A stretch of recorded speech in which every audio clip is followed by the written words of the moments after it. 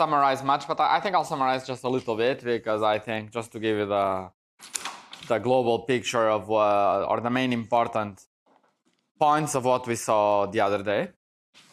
So what we were doing was studying a model which had some original cutoff, and that was our vortex model that was here on this, to the right of this line that I'm drawing now, to the left of this line that I'm drawing now. Okay, so we started with some model where we had a bunch of vortices with some typical size, and then we want to ask what happens at large distances. So this here, this scale is like 1 centimeter, and I want to zoom out, and I could just zoom out and go to a scale where this is 10 centimeters. This would be like zooming out. To know about large distance physics, I just zoom out, and then my points in my screen, I take 2 points, and they are now more separated. Now, this would be just zooming out, as I wrote here.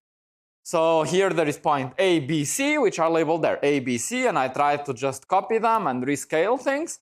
So D is still here, but now because I zoom out, I see more points that I could not see in my original plot range. But now I zoomed out and I see a bunch of new vortices inside. So this is just zooming out. Now, after you zoom out, it's like you are studying physics at the scale of like 1 meter. And then things smaller than 1 centimeter, you don't care, you integrate out. Now you go and ask for physics at 1 kilometer scale. Okay, so perhaps now 10 centimeters you don't care, right? You cannot see anymore. So it's not natural to just zoom out and keep the same very small cutoff. So after I zoom out, what would be natural to do is to make my cutoff bigger, such that my cutoff is roughly of the size of the cutoff in the original figure. So I could first zoom out and then integrate out degrees of freedom to go to this picture. Or we could do it the way we did it, which was we said, first don't zoom out, first just integrate out degrees of freedom and change the cutoff from 1 centimeter to 10 centimeters. Integrate things. So D is gone because D was a pair of vortices that was very close. Now it's inside our ultraviolet resolution, so we just integrate it out. It's high energy physics. And then we have some effective picture. But this now, what I do is I take and I rescale so that I have the picture looking like my original picture. So I integrate out and then I zoom out by a factor e to the L. And of course you can do it in both ways, but I just want to emphasize that this is the net result of doing RG. You can think that you are zooming out to go to large physics and then integrating things out, because if you are studying some distance d, your cutoff should be like 1 millionth of d or 1,000th of d. It should not be super nanoscopic, right? If you are studying like 1 kilometer physics, the natural cutoff is like 1 meter, 1 centimeter, depends how precise you are, but not even smaller, right? So things that happen up to some reasonable scale, you should integrate out. So if you start with some physics at very short distances and you go to very large distances, you should integrate out things that you will never be sensitive to. Okay, so I hope this picture is clear. Of course, if you really want to just integrate things out or just zoom out, feel free to do it. But RG is the combination of both, as I explained. And now what happens? So if you have physics describing 10 centimeter scale, or here it's the same thing, so I zoomed out, and you have 10 centimeter scales or 1 centimeter scales, and you ask, is this physics the same as the original one or different? In my new rescaled model, if I start with some model and I do this procedure and I get a new model, what happens to the parameters of my model? For example, to my temperature and coupling and to my chemical potential under this operation, right? If under this operation, for example, the chemical potential becomes much smaller, it means that when I zoom out, vortices are much less important, because this was measuring the contribution. Each vortex comes weighted by a power of k. So if as I'm zooming out, y goes from 0.1 to 0.001, before they were not very important, now they really are not important. It's totally irrelevant. Okay, so we asked, how do these couplings change when I change this rescaling factor L? And we found these differential equations, which are called the RG flow equations. And these equations mean that if we start with some original microscopic line, which was our initial line, where both chemical potential and where the chemical potential was a particular function of the temperature. So we have a line in this plane. So we start in this green line. And then we zoom out and we flow like this, or along the dashed line. So clearly there is a very important difference. If I pass the dashed line, I flow there. If I am to this side of the green line, I flow here.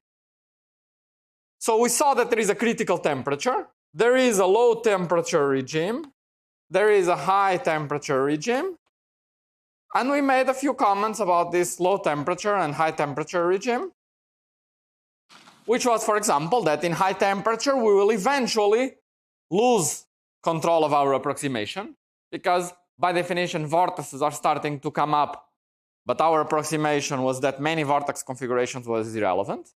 So here we will eventually, the approximation breaks down. But before it breaks down, we could say, for example, that there is a regime where correlation lengths are of order 1, still things are moderately under control. And we could, for example, use it to estimate a correlation length that is very, very big as you approach the critical temperature, meaning that if you are close to the critical temperature, it really requires a lot of lattice spacings until you see that things decay exponentially. To the other side of the transition, we saw something fun.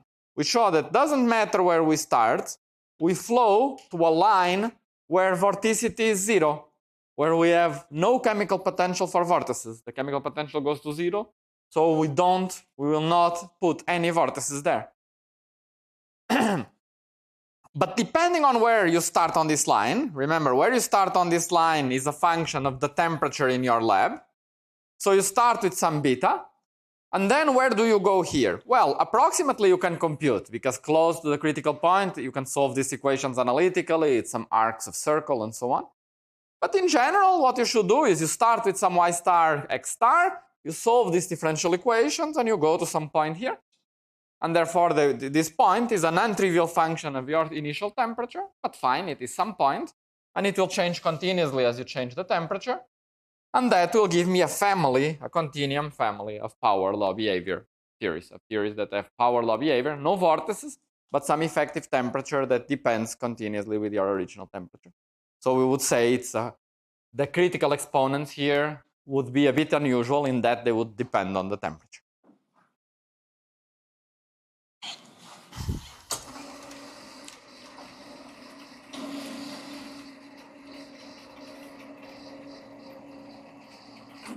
So today and tomorrow, we will be discussing random walks. These are random paths in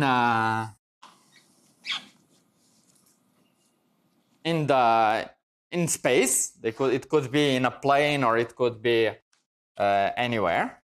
So the plan is today we will study the usual unrestricted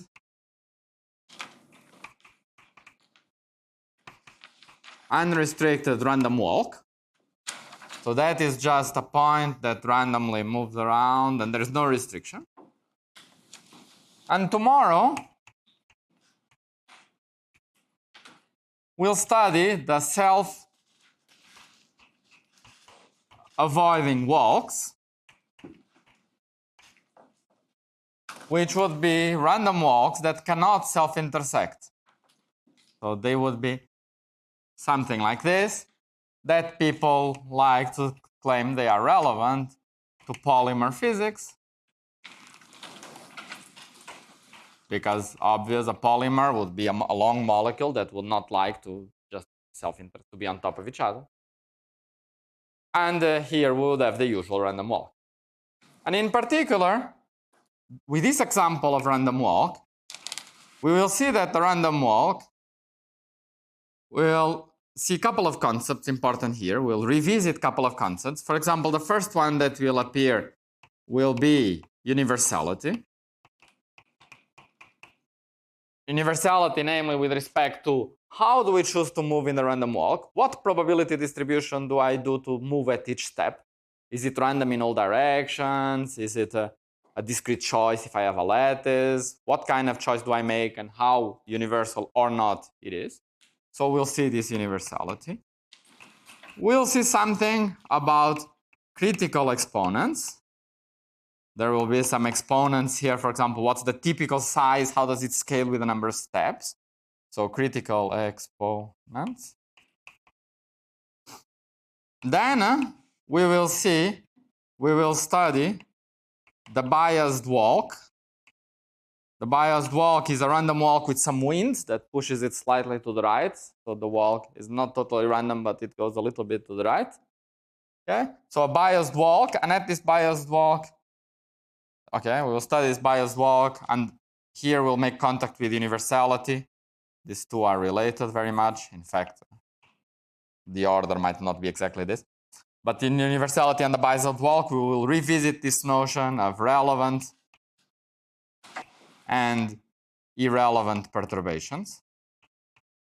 Because universality, as someone pointed out, is about irrelevant operators, many irrelevant operators, what doesn't matter.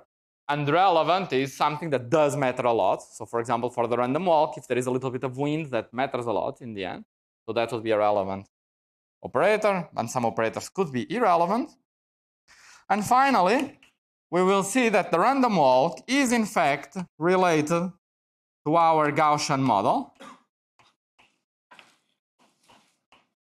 And therefore, it's not a totally random thing that I'm telling you about. It's in fact very much related to a model that we studied already, which was just the Gaussian model. Our table without our starting table, the table we thermalized, is very much related to this random walk, as we are going to explain. And as for the self-avoiding walks, in the self-avoiding walks, we will highlight even more the concept of RG. And by RG, I mean another example of a very non-trivial or a quite non-trivial RG. Here we will also talk about RG when we talk about universality and relevant and irrelevant, but the RG is much simpler. Whereas here we have another non-trivial example of RG, like in our XY model.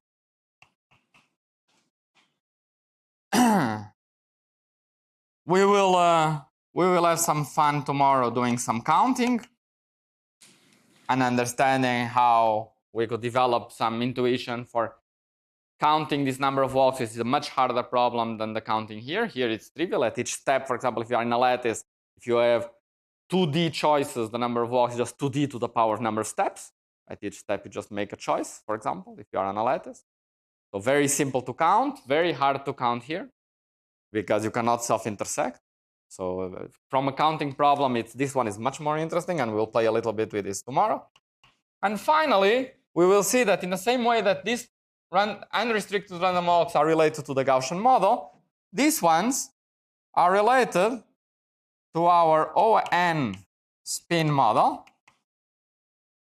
where I remind you that the Hamiltonian was just a sum of nearest neighbors of Si dot Sj, where S square equal to 1, and where S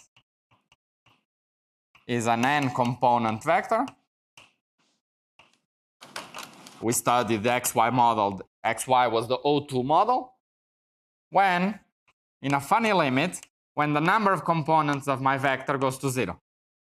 So it looks like a strange limit. You have an n-dimensional vector, and I say n goes to 0. But we will see that in the same way that this model is related to the Gaussian model, the self-avoiding walks are related to the O0 model. Okay.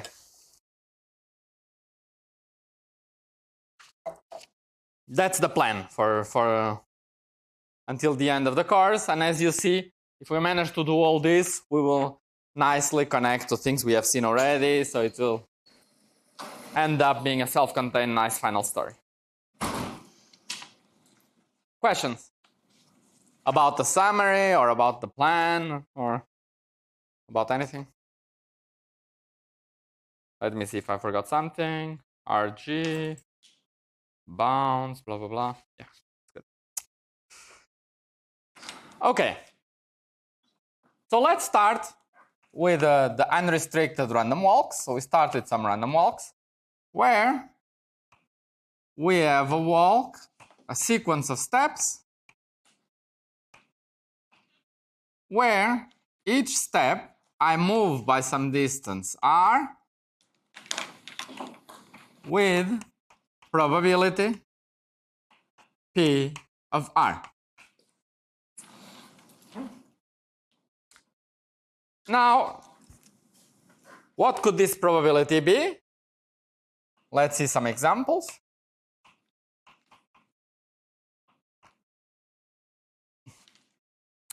This probability could be, for example, P of r.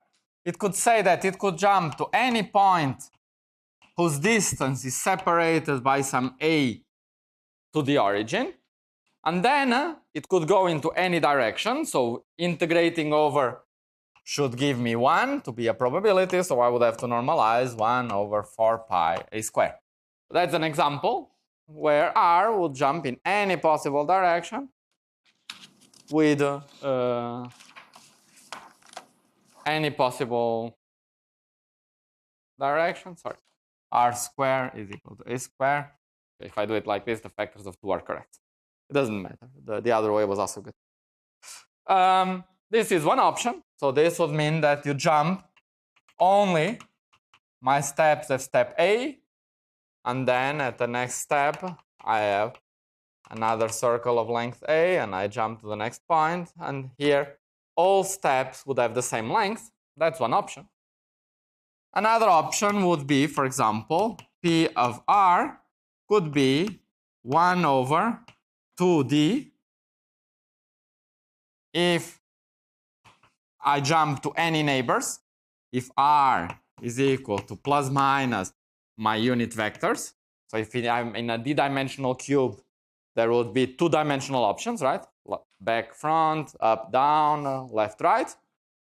So there would be 2D options, and it would be equal to 0 otherwise. So this would be relevant if I'm saying I can only move to the neighbors at each step. So that's another option.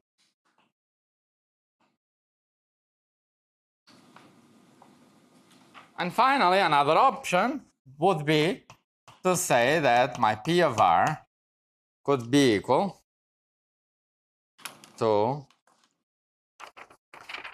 say, 2 pi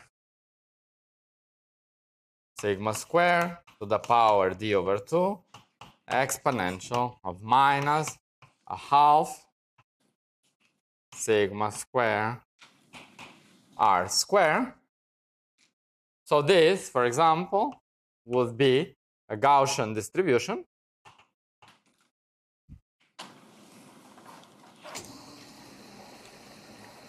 And let me write one last example. Would be the same thing with the bias, 2 pi sigma squared to the power dimensions over 2 exponential minus 1/2 r minus r0 over sigma square. And this would be an example of something that would be biased, where there is a preference of going to r equal r0. So there is a preferred direction, and then a Gaussian around that preferred direction. And this would be unbiased. And now what I'm going to show you is that what we are going to see now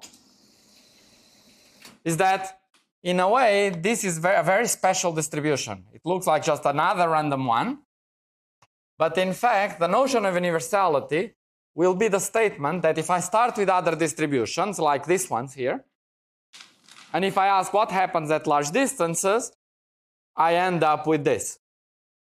So this is what we are going to see now. So at large distances, all distributions look like a random walk with a Gaussian distribution. If they are not biased, they all look like Gaussian random walk. And the normalization factors to the minus d over 2 rather than d over 2? Let's see. So r goes to so dr, r is units of, yeah. minus d.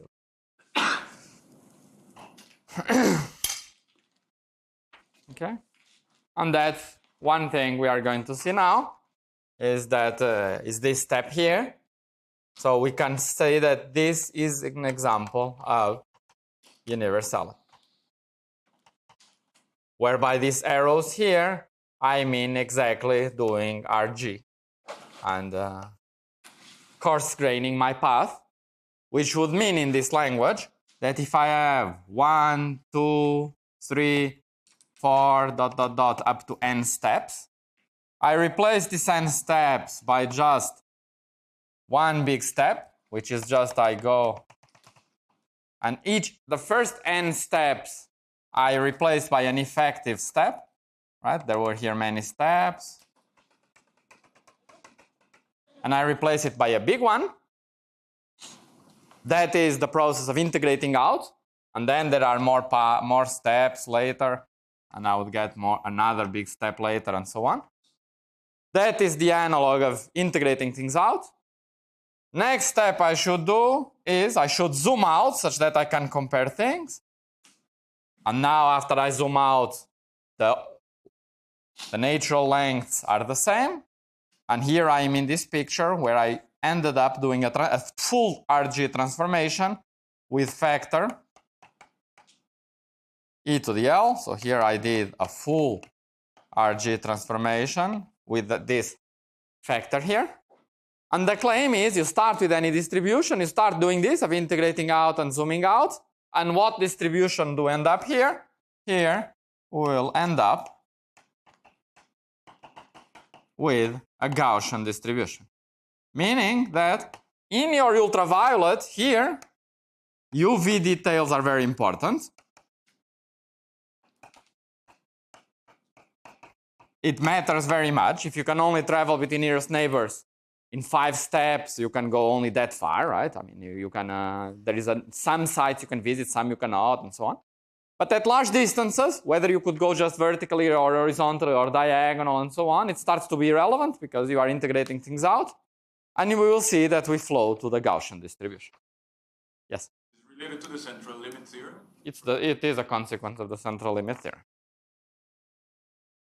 More questions? But we don't need to use that, yeah. I mean, it is the same. Mathematically, it is that,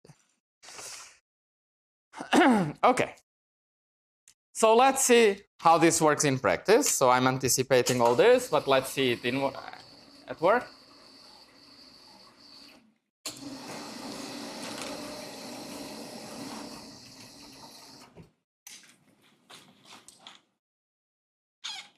So as we said, so we coarse grain n steps. So I have n steps that I will replace by one step. And if this distance is r prime, the probability of connecting 0 to r prime is what? Well, there's no approximation here. We say that we are going to do product of d ri up to n. We do n steps. They must add up to r prime, right? And each step was with probability ri, product of probability of ri, right? So probability of going from here to here in n steps is going from here to here, here to here, here to here, n times, provided the total steps add up to the distance that I'm interested in.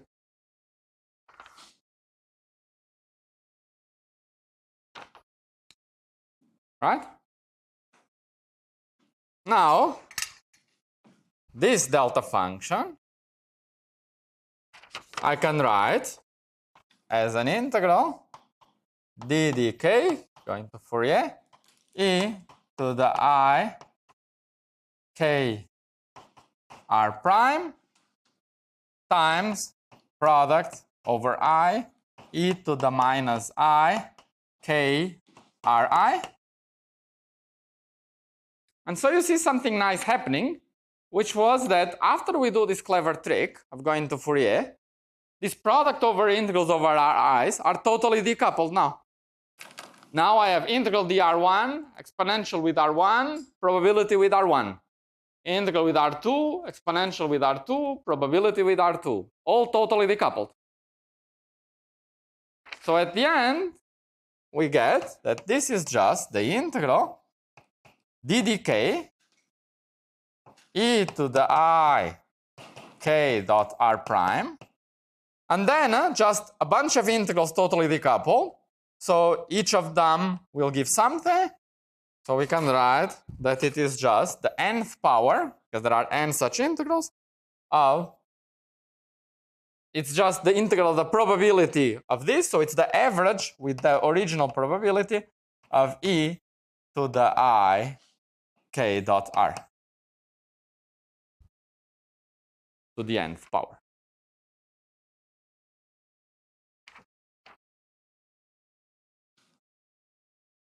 Okay. So no approximation here. Now this quantity can be written, well, it's something to the nth power, so I'll write it as exponential. Well, it's to the nth power, so there will be an n here.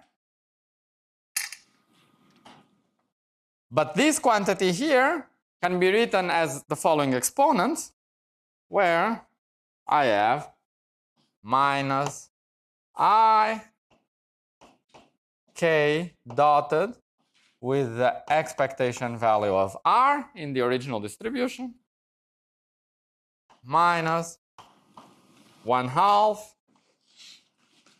sum over mu and nu. Let me write and then I'll explain. K mu k nu expectation value of r mu r nu minus expectation value of r mu expectation value of r nu plus what we would call C3 k cube plus C4 k to the 4 plus dot dot dot. And there is a bracket here. And this thing here, what I just wrote here, is what is called the cumulant expansion. Maybe with 2 m's, I don't know. Cumulant expansion.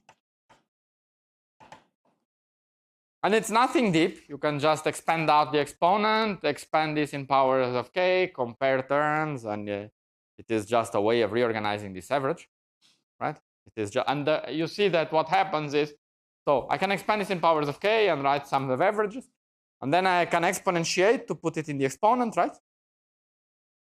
You agree? Can do it.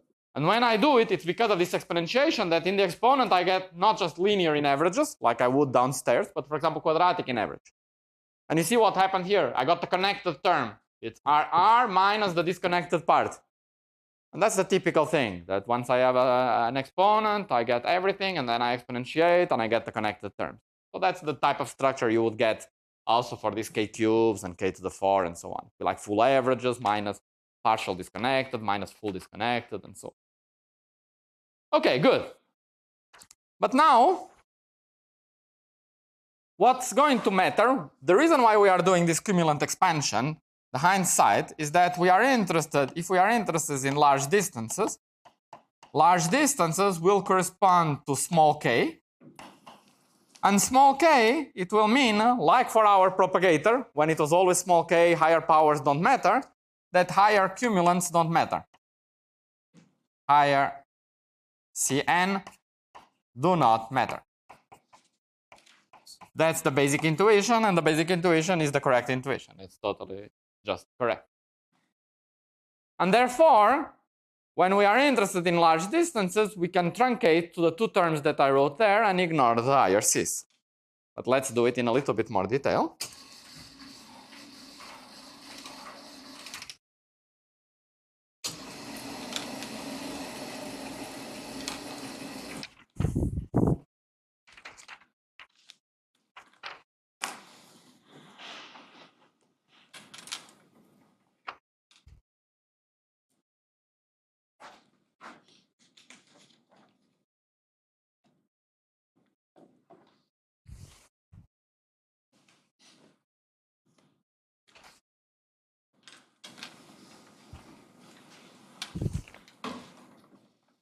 So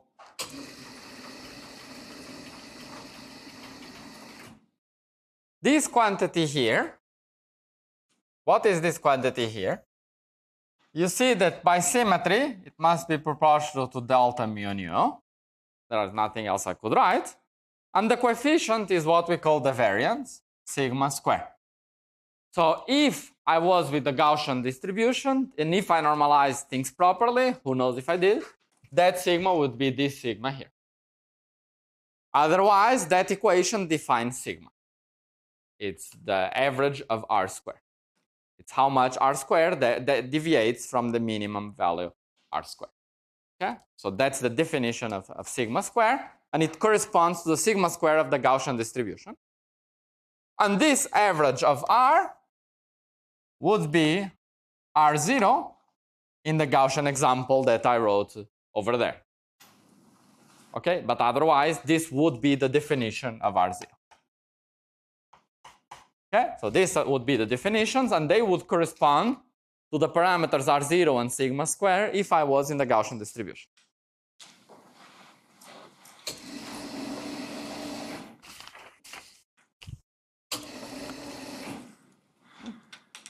And so the claim is exactly this, that these terms here, all these terms will contribute at order n times k cubed, n from here, n times k cubed at least, and they will not be important at large distances. If I'm interested at large distances, which will be dominated by small k, otherwise that integral is suppressed. And therefore,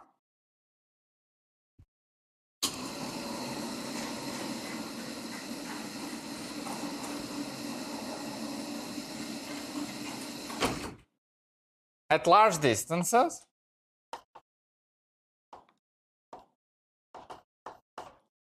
my probability for r prime would be equal to just taking those first two terms and Fourier transforming back. And if you Fourier transform those two terms, the Fourier transform of a quadratic term is again a Gaussian, and we would get 2 pi, and now there is this n over there, so n sigma square to the minus d exponential of minus 1/2 r prime minus n r0 divided by sigma square times n.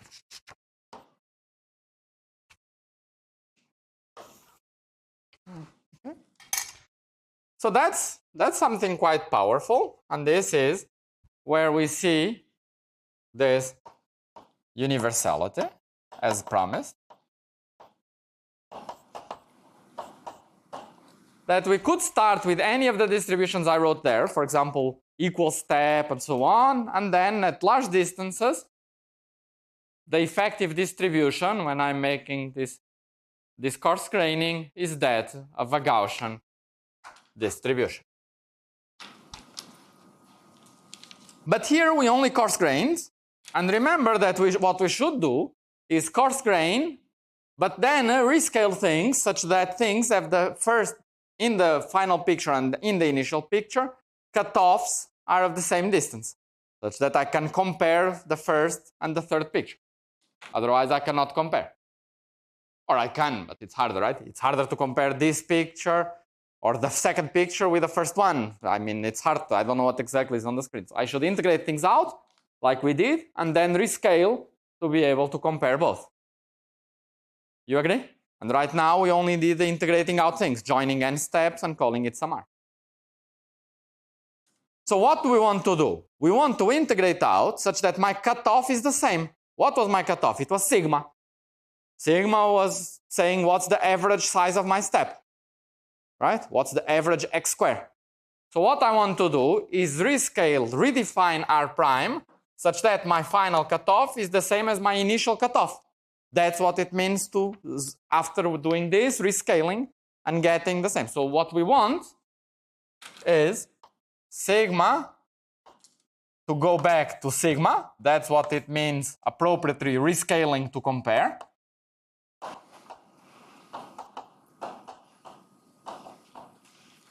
Right? That's what it would mean to do what we did over there. And so we see that we should redefine R prime.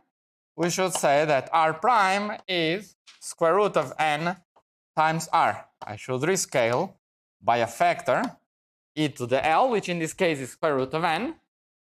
And R prime, I should rescale it like this. And when I do it, this exponential here becomes, I mean, it's an equal sign, I don't know why I'm putting an arrow, becomes exponential of minus 1/2. Now it becomes R minus R0. Let's put a prime, indicating that R0 was modified now, square, divided by sigma square.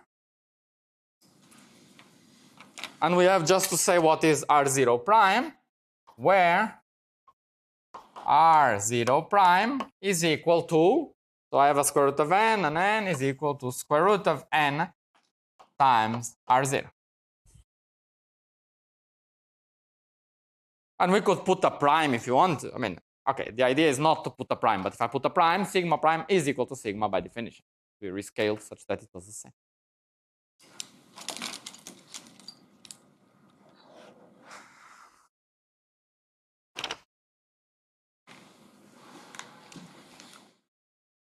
And so, you see, you remember this factor here was exactly our rescaling factor. So this guy grows. This one is the same by definition after and before the rescaling. And the constants corresponding to Cn bigger or equal than 3, these higher cumulants, they decrease. That is, if I have some probability that generates these moments, after cross-graining, the moments are smaller than they were before. Okay? And we are going towards the Gaussian distribution that has 0 for those moments. So how would we phrase this in the language of relevant, irrelevant, and so on? We would say that this perturbation that introduces some bias, so the bias corresponds to a relevant deformation.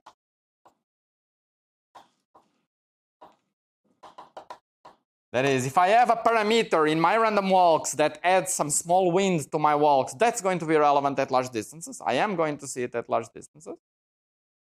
But if in my microscopic physics I add higher moments to my distribution of probabilities, that's not going to be seen at long distances.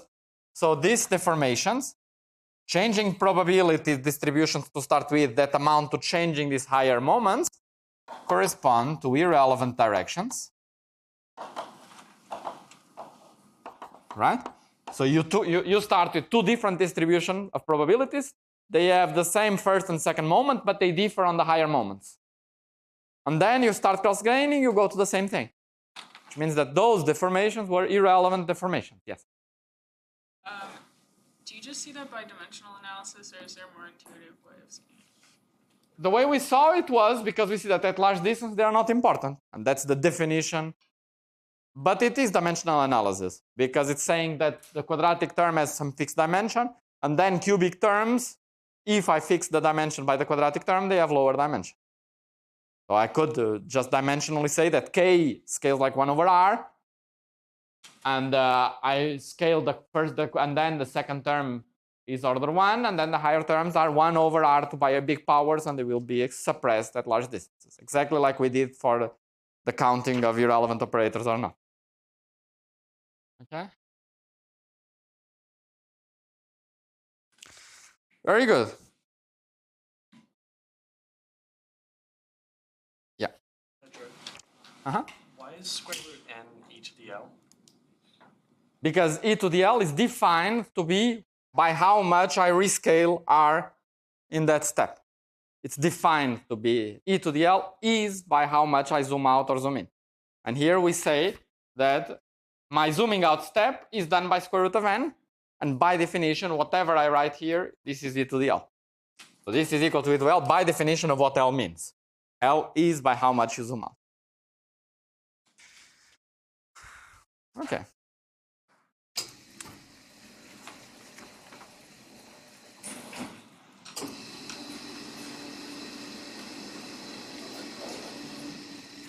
So let me make a few comments here. Now, the first comment is if we start with a Gaussian distribution, and we do this, and we compute P of R prime, and P of R prime is the same Gaussian distribution. Okay, let's see, Gaussian distribution with no bias.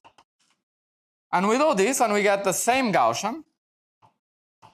And here I want to emphasize that there will be no approximation. I could just do everything. I mean, it's just the fact that the other Gaussians do not have these C's. That's one way of saying it. But the other way of saying it is that you can just plug Gaussians here and compute explicitly this integral and you get the same Gaussian.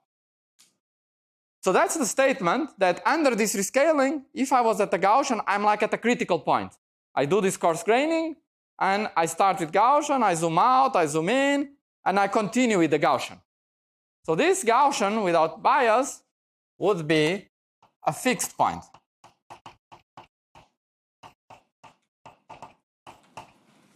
And the fact that zooming out or zooming in gives the same thing is what we call self-similarity. So here it exhibits self-similarity or scale invariance.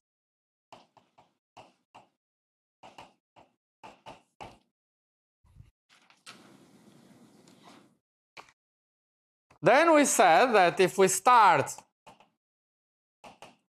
with Gaussian plus higher moments, so some distribution that differs from Gaussian slightly, that has the same sigma, but it has also higher moments. It flows under the RG. It flows to Gaussian. And therefore, this plus higher moments, sorry. And therefore, these guys were irrelevant to deformations. That's something we saw already. And finally, we have the bias.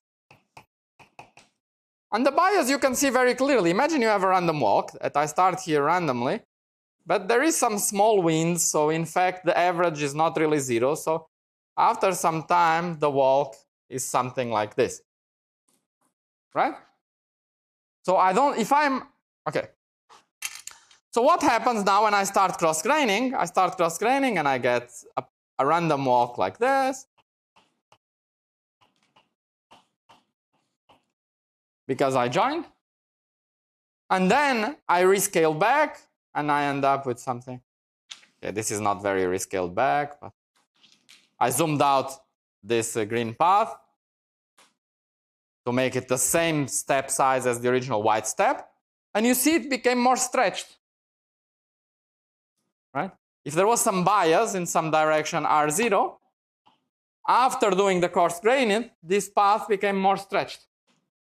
And then if I do a coarse graining again, I connect again a few lines, you see, in this toy model, okay, it became really almost stretched. Right? So zooming out, what happens is that here I am in the UV, and it looks like a usual random walk. I don't see this bias. If I am at distances that are much smaller than my bias, I just see things going around and I don't notice that there is some small wind. Right? It's like you are in the middle of a crowd and you don't notice that the crowd is moving slowly, you just feel like total chaos. But then you zoom out And you see, wait, there is some collective motion. Things are really, even though slowly, they are moving towards. And indeed, as I zoom out, here I am in the IR, and it looks like a line. So like a 1D object. So it's really a very different IR from UV. And here the UV looks like the usual random walk, some kind of fractal structure. So how do we draw this?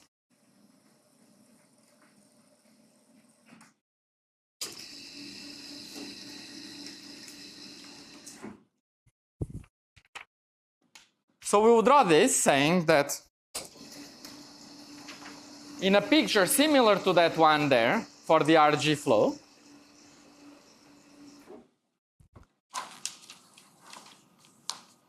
we would say that there is a flow,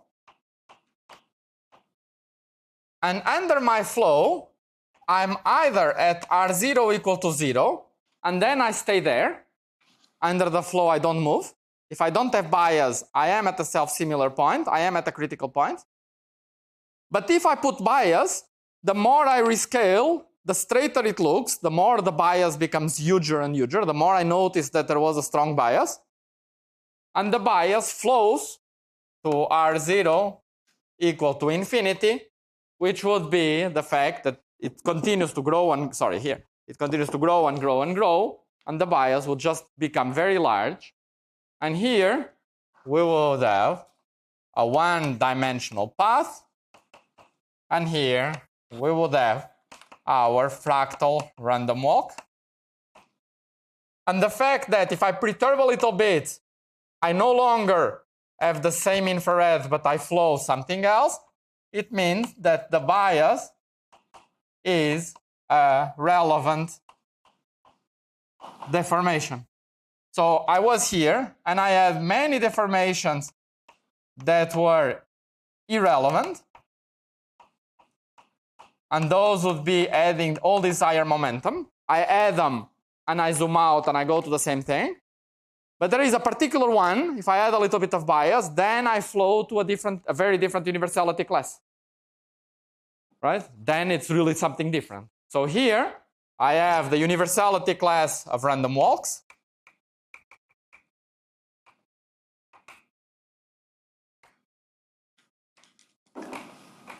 And here, I have another universality class. And what separates both? It's exactly the relevant operators as we discussed once in one of the lectures. Right? We could even see this very explicitly. We could start, indeed, let's take a biased Gaussian.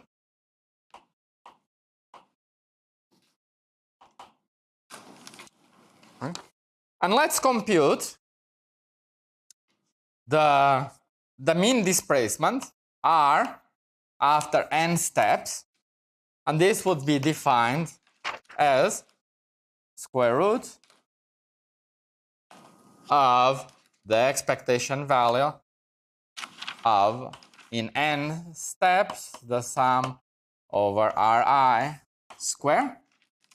This would be the definition of the mean displacement. You see that if there is no bias, the average of R is 0. So it's better to define an average of R square and then take a square root. Otherwise, without bias, the result would be just 0, right? For the random walk. So that's a good definition for R. So what is this quantity? Let's see. It's square root of summation over I and j. But I and j, we can say it's summation of I equal to j of summation over n, no, sorry, summation of I equal to j, when I is equal to j, that runs from 1 up to n, expectation value of Ri square, plus summation over I not equal to j of expectation of Ri times expectation of Rj.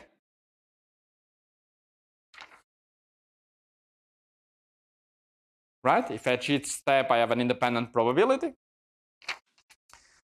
And now what we should do is write R equal to R0 plus delta R and use that expectation value of delta R square is equal to sigma and the expectation value of just delta R is equal to 0 and expectation value of 1 equal to 1. And we plug this here. And we get that this quantity is equal to square root of m square R0 square plus, n square plus n sigma.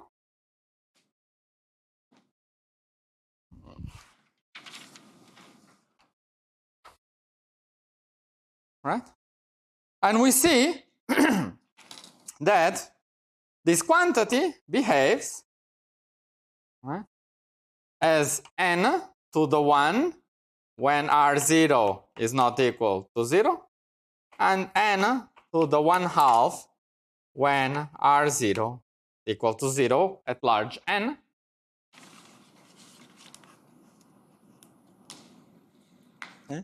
Which is exactly would be the two critical exponents. We could say that this would be a critical exponent nu equal to 1, and this would be a critical exponent nu equal to 1/2, where nu would be defined in this way, how R scales with a number of steps. And we would see that we would flow from these theories, one with critical exponent nu equal 1/2, to another one in a very different universality class where nu would be equal to 1. Right? So what happens more precisely is that here, if I'm considering averages here inside of average distances, they scale like n to the 1/2, but at distances much bigger than sigma, they scale linearly with n. So I start asking, now when I have sigma and bias, I could ask, am I considering distances that are small enough that I can see the effect of the bias or not? So when the distances are large, but still not large enough that I see the effect of the bias, it looks like usual random walk, then it will be n to the 1/2. But for much larger distances, for n much bigger, it would cross over to a linear behavior. Right? So if R0, what I'm saying is that if R0 is small, this term is more important. But then for n big enough, it kicks over. Right? So again, one more time, R0 is very small, small bias. N is very large, but okay, R0 is so small that this is the one that matters. Right? So it means that I see a square root behavior. Right? 100 steps, I do 100 steps, it looks like square root. But then instead of 100, I do 1 million. Now this one is bigger. So I cross over from square root behavior to linear behavior. Right? So physics at short distance is that of a random walk. Physics at large distances is that of a very different infrared. Can you still trust the analysis when R naught is very large? Or is there... Yes. Okay. There's nothing in the formulas I wrote that was fair. Everything would work if R naught is large. Yes? This is going back a little bit, but at the beginning when we assumed that expression in the quadratic expression is proportional to delta mu nu, are there physical scenarios in which you would have that not proportional to delta mu nu? Like, could you ever have some tensor describing the theory that would make that would correlate different components?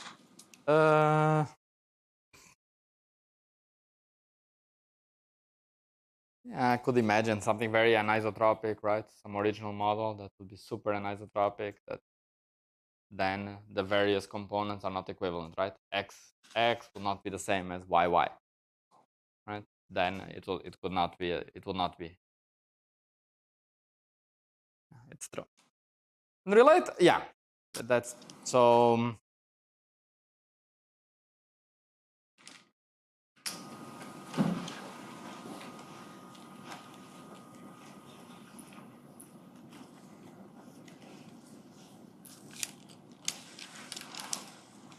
Right. So there you see, if I write R to be R0 plus delta R, immediately I see that that expression there is the average of delta R, because the terms with 1 delta R are 0, so it's just expression of delta R. And then, so I already said that R is bias plus delta R. I'm saying that around the bias, apart from a bias, things are isotropic, like I say. Now, of course, if I say that my distribution is not isotropic, that I put a bias, but I also put different decays around the Gaussian around different bias, like the X component decays in a way, the Y decays in another way, the Z component decays in another way, then at that step there, I would have to rescale the directions to make it isotropic first, and then do the analysis. But you could ask, is it always true that it's just a rescaling, or could things be more subtle? And we would have to think. Can you possibly scale out more and see that it's going around in a circle? Scale what more, sorry? Like you scale out a certain amount and it stops looking like random walk and starts looking linear, and then you scale even more and it looks like it's going around in a circle. Yeah, not in these examples, right? In these examples we saw what it is. But you could ask, could there be other interesting fixed points, even in these random walks? And the answer is yes. Because here we said Gaussians are special. They have first and second moments, and then the other ones are 0. And we said that if you take another distribution, which has the first and second moment and the other ones are not 0, they will end up being 0, because under RG they are washed out. But you could say, what if I tune my distribution to have 0 the first and second moment, and the third moment or the fourth moment is the first one that is non-zero, right? And I tune it. I have to tune it. So I have to fix these operators to tune, and now my distribution has fourth moment, but it doesn't have the first moments, for example. Then the moments higher than the fourth would be irrelevant operators, but all the ones before 4 would be relevant, because if I turn them on, I flow to the Gaussian. So I have to tune to make sure not to turn them on, but then indeed I would flow to another critical point that would correspond to these distributions that have the first, fourth moment non-zero. And there, the naive dimensional analysis would have to be redone, saying that that's my starting point, that my leading moment is not a quadratic one, but a quartic one. So we could imagine fancier things with these funnier distributions. Notice also that there are even distributions like a Lorentzian. At each step, I choose a Lorentzian probability of doing a step. That one doesn't even have finite moments. If I compute average of R to the 4 in a Lorentzian, it's infinite. A Lorentzian, we say that the steps are very big, right? And there, the analysis would be again different. This will not apply. This is for paths that have finite moments. Okay? So here, implicitly, in doing this analysis, we assume that our microscopic probability times R to the 2n, these are what are called the moments, and we assume that these were finite. Which definitely is true in all the examples I wrote, but if the distribution is like a Lorentzian, it will not be true, for example.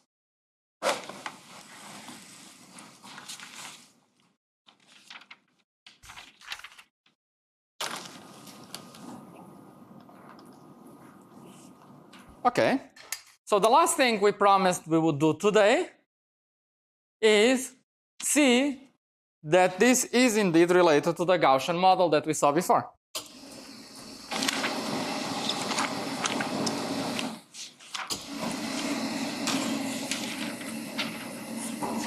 So that's the subject of today's tutorial. So what I'm going to do, I will end up partially doing parts of the tutorial today, but I think the tutorial is quite big, so it's not a problem if I do parts of it, because it's a large tutorial today. Okay? So I'll do a little bit. So first, I want to remind you that the Gaussian model we had two things that we said about the Gaussian model. Large distances, where we said the details of the lattice are not important. It doesn't matter if it's nearest neighbors or next to nearest neighbors. This will all just change the effective mass. Or short distance, where it does. And in fact, it's quite cute that here, this relation to the Gaussian model is even true even at short distances. But then it would matter which distribution we start. So we are going to start now with that probability there, where at each step of the random walk, I just jump to the neighbors. And we will see that that is related to our table, where the springs are just connecting to the atoms, the nearby atoms of the table. Okay? And if my random walk could jump neighbors and nearest neighbors, it would be related to the table where I would connect the neighbors and nearest neighbor atoms of my table. 2 degrees of freedom or just one? With just 1 degree of freedom. Just our original table. Okay? So what we want to study now is that example, as I said, where we have some lattice. It doesn't need to be a two-dimensional lattice. It can be an hypercube. And at each step, I jump only to the neighbors. So I can do a random walk by jumping only between neighbors. So I do a random walk like this.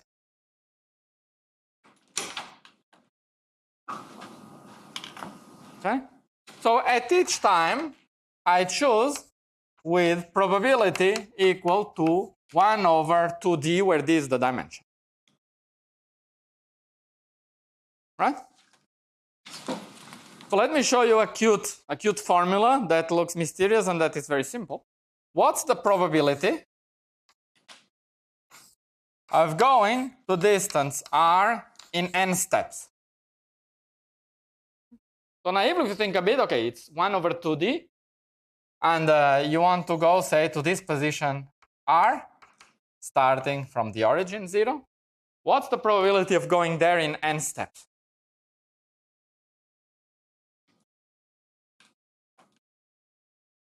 It's not totally obvious, but I'm going to write what it is, and you will see what it is. I'm going to write the following. It's equal, let me write and then I will explain, to the integral ddk over 2 pi to the d e to the minus I kr, and then I'm going to write like this. 1 over 2d e to the I k l sum over L, and then another factor, the same factor, and I put these same factors n times.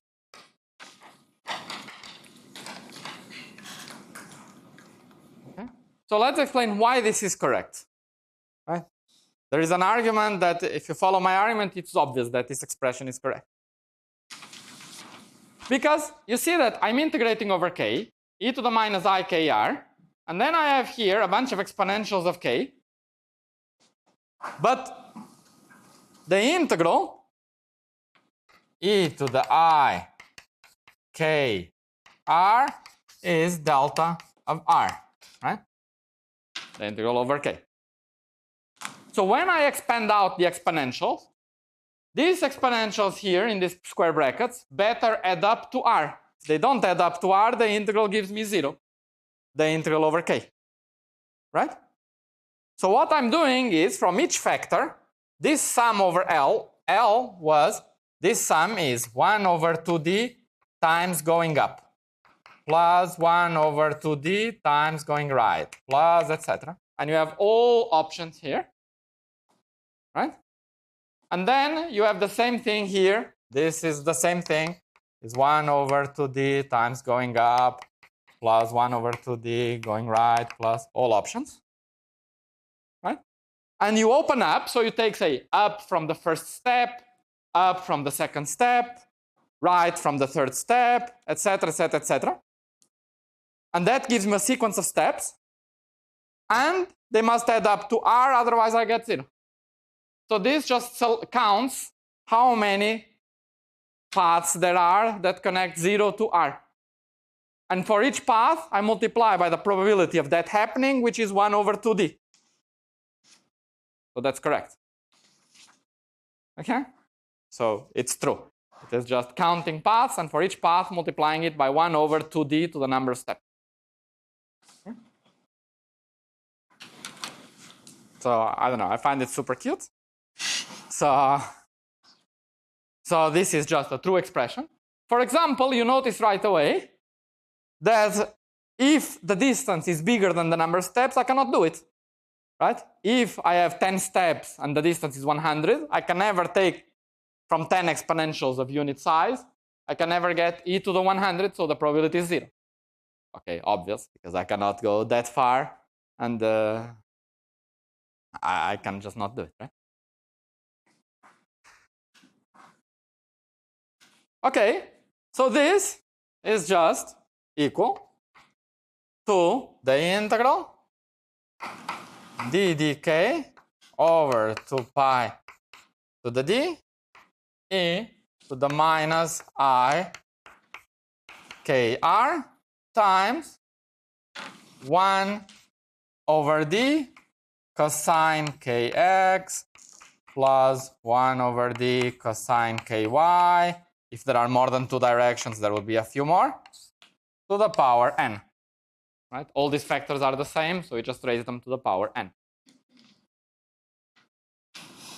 So it is just this simple integral representation is what the probability is.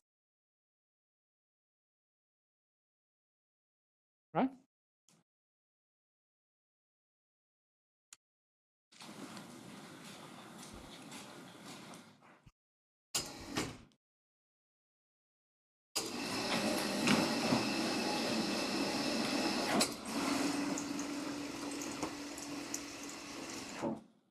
This is, by the way, one argument to getting at this expression. In the tutorial, you will arrive at this exactly same expression from a very different argument. But this one works. And now, for example, now I want to do 2 things with this. One is notice that this is equal at large distances. At large distances, r is very large, so the momentum k is very small. So this becomes equal to the integral ddk e to the minus I kr, and the momentum is very small, so this becomes 1 minus some coefficient times k squared when I expand those cosines to the power n, and this is e to the minus n some coefficient times k squared, and all this is a Gaussian of r. And that's universality that we saw before applied to a particular case. Universality. And I did it super fast because this is one of the points in the tutorial. It showed that this probability is a Gaussian. Okay? Okay, so this is how you do it, but you can do it much slower. Okay? So we see that we start with this and we get a Gaussian. But let's think a little bit more, because we also see that it was not so important that the steps were nearest neighbors. How would you change this derivation if it was not just nearest neighbors, but if you could jump, say, here, here, here, and here, but also say you could jump to these squares with some other probability? You would just add p times this going up, down, la, la, la, plus p prime times going to the diagonal, right? And it will be exactly the same expression with p times up, down, left, right, and p prime with the diagonals. And then what happens at small k? You just expand and you just care about the quadratic term. So exactly like before, at large distance doesn't matter if it's nearest neighbors or next to nearest neighbors. It's all about small momentum, and all we care is about the expansion at small momenta of this, right? So nothing significant would change if I would go from nearest neighbors to next to nearest neighbors or to this further down. I just change, I add a few terms there, and then at large distances they all go wash away, and all that matters is what is the coefficient of k squared. That's the only thing that survives at large distances, and that's again the notion of universality, or the notion that if you coarse grain, you only care about these parameters. Right? But it's cool, because now you see that example. So you see that if I define G, and now I define the following generating function, I say that I'll put some chemical potential mu, and I'll define this correlation function here, G of mu and R, to be equal to the sum over paths, mu to the n, times the probability of in n steps going to R. In other words, instead of working at fixed n, I work at fixed chemical potential.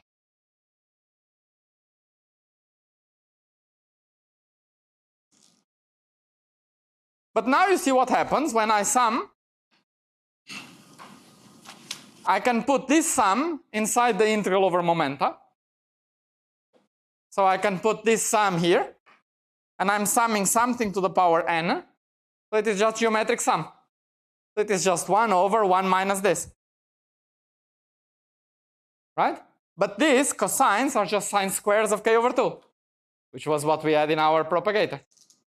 So this is exactly equal to our Gaussian propagator. No approximation. With some effective mass m effective that will depend on mu, and that you will compute in the tutorial, but it's obvious that such a relation exists, and the same distance r.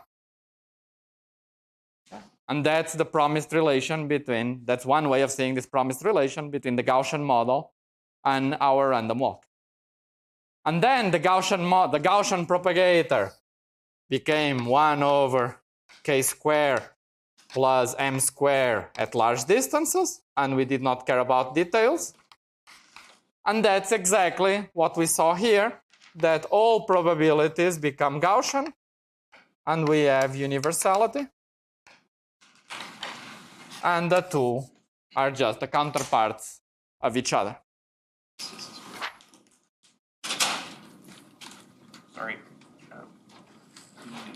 In the Gaussian, in the table case, we had the full statistical physics formalism in the language of partition functions and energies and entropies. How do we define related concepts in this side of the analogy? Do random walks have an associated sense of entropy, or? So I could say that this quantity here that I'm defining here is like a partition function where I sum over mu to the n, which is some chemical potential. And what would replace the partition function at fixed n would now be, say, this probability. Okay, but we identified that with the propagator. Yes. Which is like a correlation function, not a partition function. Right.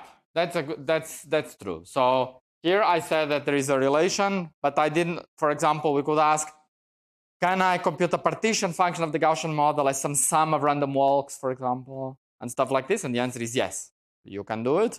But that goes beyond what I want to do here. I just want to point out that there is a relation. We can see it clearly because we start seeing that some quantities are mapped directly one to each other. In the Gaussian propagator, we saw that we had some irrelevant operators and some relevant operators that match the counting. But the question of whether, can I write the Gaussian model, can I expand down and write these loops? We saw that in the high temperature we could. In the high temperature, it was just a sum of loops. It did not matter if they intersected or not.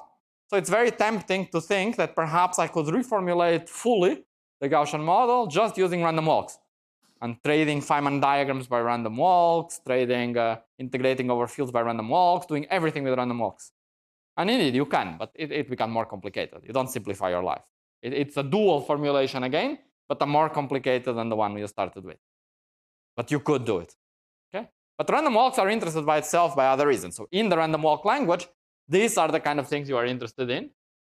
And that's why I exposed the duality between this and between this. Okay.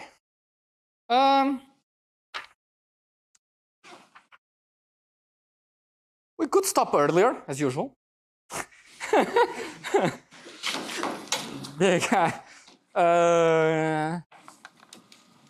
Maybe we stop earlier today, and it's a way to make up for the few minutes that we might have gone over one or twice. So we'll end 10 minutes earlier today, and tomorrow we'll come back with self-avoiding walks. Let me just say one thing for the tutorial today, is that the following trick is useful. In the ON model with n equal to 0, you have to compute something like this: beta j, sum over neighbors, I and j, si dot sj. And the following trick is useful, is to notice that this is just the product over I and j, that's obvious, of this, right? Without the product. But it's useful to just expand out the exponential. Sum over k, 1 over k factorial minus beta j to the k, beta j to the k, si sj to the k. So something as strange as this, of taking an exponential and expanding it, is useful for the problem. Okay. Otherwise, I think the problem might be a bit too hard. So this is a good trick. Okay. So see you tomorrow.